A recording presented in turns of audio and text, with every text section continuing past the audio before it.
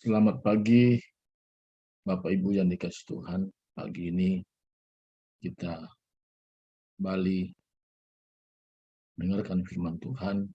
Apa yang menjadi pesan Tuhan untuk kita sama-sama belajar pagi ini. Mari kita berdoa. Terima kasih Tuhan atas segala cinta kasih-Mu. Kami rindu ada pertumbuhan dan pertumbuhan di dalam kehidupan kami, sehingga kami tidak mudah diombang-ambingkan dengan berupa-rupa angin pengajaran, tapi kami tetap teguh di dalam Tuhan Yesus. Berfirmanlah Tuhan, kami siap mendengarkannya. Dalam nama Kristus kami berdoa. Amin. Tema firman Tuhan hari ini yaitu mengenal Yesus dengan benar.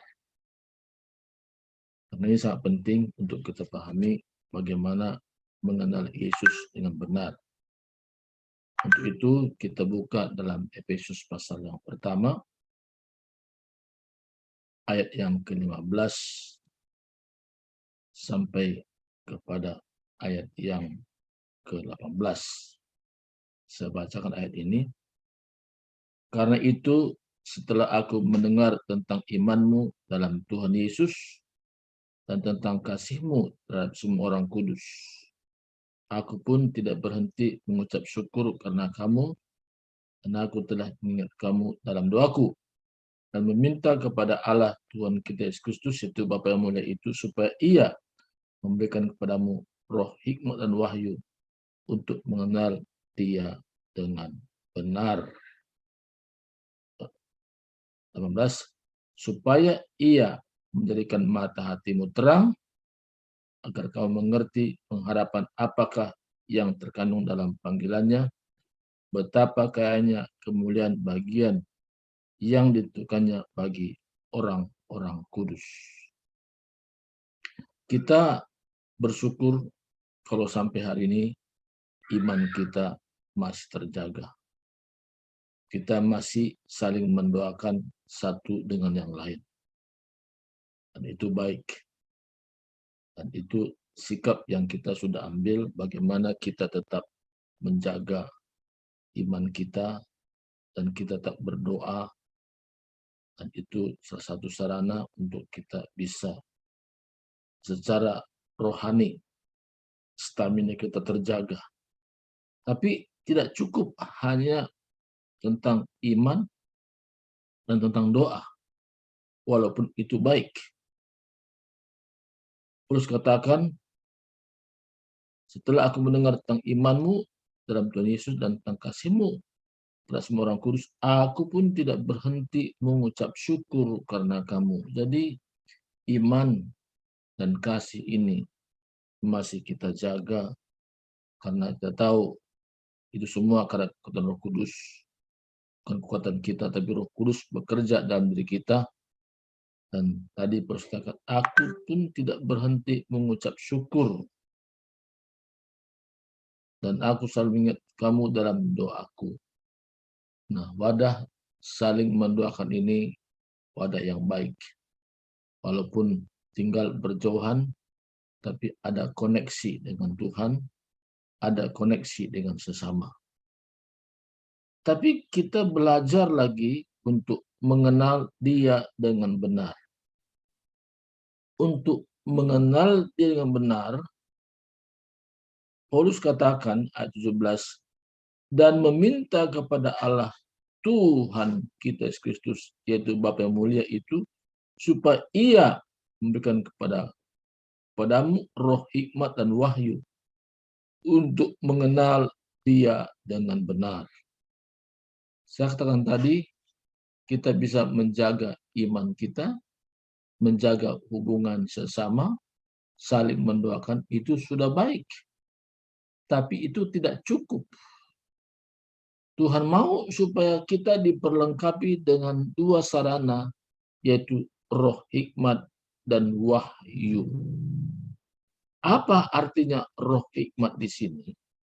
Roh hikmat itu mendeteksi bagian-bagian mana penghambat-penghambat untuk kita untuk maju secara rohani. roh hikmat ini yaitu mendeteksi masalah masa lalu kita yang menjadi hambatan untuk kita maju ke depan, dan kita diterangi, kita diberikan pengertian, dijelaskan apa penghambatnya. Misalnya contoh, kita tidak mengampuni orang saja, itu menjadi salah satu penghambat. Kita menyimpan akar pahit saja, itu menjadi penghambat. Kita tidak melepaskan sesuatu yang kita lepaskan, kita simpan dalam hati. Misalnya kesalahan orang kita simpan terus, itu menjadi penghambat. Jadi roh hikmat ini menerawang sampai ke dalam, ke dasar hati kita yang terdalam, dan itu diterangi sehingga kita membebaskan, melepaskan semua apa yang menjadi penghambat, penghalang itu. Itu roh hikmat. Dan itu perlu kita meminta dan berdoa, Tuhan, apalagi menjadi penghambat untuk saya maju serohani. Ini namanya introspeksi diri. Perlunya kita merenungkan firman itu, artinya supaya firman itu yang menguasai kita. Sehingga firman itu bekerja ke segala arah di dalam hidup kita. Sehingga kita tahu bagian-bagian mana yang harus diterangi. Sehingga tidak ada hambatan secara rohani kita maju. Karena ada dua macam manusia. Ada yang begini. Yang pertama, dianya yang menguasai firman. Bukan firman menguasai dia. Nah, ini celaka juga. Oh, dia kuasai firman katanya. Artinya, dia tahu firman Tuhan. Dia hafal betul. Tapi tidak pernah menjadi pelaku. Kenapa? Dia berusaha menguasai firman. Tapi tipe yang kedua, di mana diizinkan firman yang menguasai dirinya. Artinya, betul-betul dia merendahkan hati. Biarlah firman-Mu berbicara. Biarlah firman-Mu menerangi seluruh bagian hidup saya. Artinya di sini tipe yang kedua ini, tipe yang dimana dia merendahkan dirinya di hadapan Tuhan. Dan dia mengizinkan sepenuh firman Tuhan berkuasa atas hidupnya. Ini yang Tuhan mau dalam setiap kita masing-masing. Sehingga apa? Roh hikmat ini betul-betul kita alami. Dan kita tahu apa yang menjadi penghambat, apa yang menjadi penghalang untuk kita stuck dan tidak maju. Kita tahu dan diberikan, dan kita tahu, dan kita membebaskan semua itu. Yang kedua, dan wahyu. Kata wahyu sini revelation. Kata wahyu di sini sesuatu yang kita capai ke depan. Sesuatu yang kita belum alami, tapi kita akan capai ke depan. Ini artinya wahyu, ya. Kalau kita sudah tahu tentang wahyu ini, bukan wahyu dalam kitab wahyu di sini, enggak. Tapi diberikan kita apa yang kita capai ke depan, sehingga rencana Tuhan itu digenapi melalui hidup kita, sehingga kita maju. Sehingga itu menjadi guideline, itu menjadi arahan apa yang kita capai ke depan. Kita tidak hanya berjalan saja seperti orang berjalan tanpa tujuan atau bepergian tanpa tujuan, tapi wahyu ini menjadi arahan bagi kita supaya kita selalu fokus kepada kehendak Tuhan di dalam diri kita masing-masing. Karena Tuhan punya kehendak. Kalau sampai hari ini Tuhan beri kita hidup, berarti ada kehendak Tuhan dalam diri kita yang kita harus juga belajar untuk memahami kehendak Tuhan itu, sehingga kita bisa melangkah dengan baik. Nah, ini yang sangat penting. Sehingga kita, kalau kita belajar melangkah dengan baik menurut kehendak Tuhan, maka hidup kita akan terus maju. Hambatan-hambatan itu akan disingkirkan semua, sehingga kita maju secara rohani. Dan mengakibatkan kita mengenal Dia dengan benar. Mengenal Yesus dengan benar. Berarti ada juga orang mengenal Yesus dengan cara tidak benar. Apa cara tidak benar? Oh, yang penting saya orang Kristen. Oh, yang penting saya ibadah. Tapi tanpa pengertian yang dalam. Bagaimana sebagai pengikut Yesus. Tapi hari ini Tuhan bukakan rahasia ini kepada kita supaya kita bukan asal-asal ikut-ikutan saja sebagai orang percaya mengikut Yesus, tapi kita mengenal Dia dengan benar dengan dua cara, yaitu ada roh hikmat, ada wahyu. Roh hikmat atau disebut dengan spirit of wisdom. Ini penting. Saya bacakan dalam bahasa Inggrisnya ya. That the God of our Lord Jesus Christ, the Father of glory, may give to you the spirit of wisdom and revelation in the knowledge of Him. Jadi firman Tuhan ini kita tidak bisa terjemahkan menurut kita sendiri. Tapi ada Roh Kudus menjelaskan arahnya kemana. Karena semua firman Tuhan ini ada ilham dari Roh Kudus. Jadi kalau kita mempunyai pewahyuan dari Tuhan, karena itu berasal dari Roh Kudus, sehingga kita tidak mudah diobang-ambingkan dengan berupa-rupa angin peganjaran. Tapi kita tetap stand firm. Kita tidak mudah digoyahkan. Kita kuat. Sehingga yang terakhir di sini katakan ayat 17 18, saya baca 18 langsung. Dan supaya ia menjadikan mata hatimu terang agar kamu mengerti pengharapan apakah yang terkandung dalam panggilannya. Betapa kayanya kemuliaan bagian yang Tuhannya bagi orang-orang kudus. Kalau kita sudah memiliki roh hikmat dan wahyu sini, mengakibatkan mata hati kita terang. Di sini bukan mata jasmani, mata hati.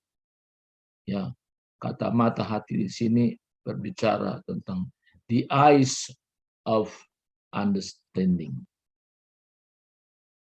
The eyes of your understanding being enlightened, that you may know what is the hope of his calling and what are the riches of the glory of his inheritance in the saints.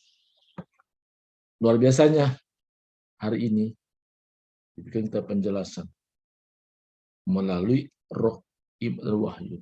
Kita mengenal dia dengan benar. Sehingga kita tidak mudah lemah. Tapi justru kita ada satu pengharapan ke depan. Apa yang Tuhan mau kerjakan. Karena pengharapan di sini bukan pengharapan jasmani. Yaitu pengharapan secara rohani betapa kayanya kemuliaan bagian yang ditentukannya bagi orang-orang kudus. Dan Tuhan memberikan sesuatu yang namanya kemuliaan yang mata kita tidak bisa melihatnya. Tapi mata hati kita bisa melihat betapa kayanya kemuliaan yang Tuhannya atau tetapkannya bagi orang-orang kudus. Siapa orang kudus di sini? Saudara dan saya adalah termasuk orang-orang kudus. Kenapa kata orang-orang kudus? Karena saudara dan saya sudah ditebus dengan darah yang mahal. Dan sudah dibayar dengan lunas. Dan tidak ada lagi tersisa segala utang dosa kita. Dan kita sempurna di hadapan Bapa di sorga melalui Yesus Kristus. Maka dikatakan orang-orang kudus.